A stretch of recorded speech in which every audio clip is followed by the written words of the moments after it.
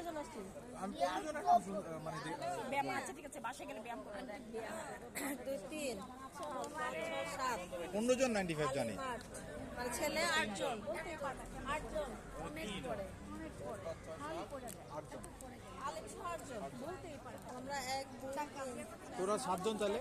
ও বাগু 8 7 15। আমি কি বললাম 15 জন আমি দেখছি লিস্টে। এই রহিমের নাম্বার তো বন্ধ হইতেছে। কেন কে বললো রহিম আসছে? কেন আমরা কয়জন আসছি দেখো।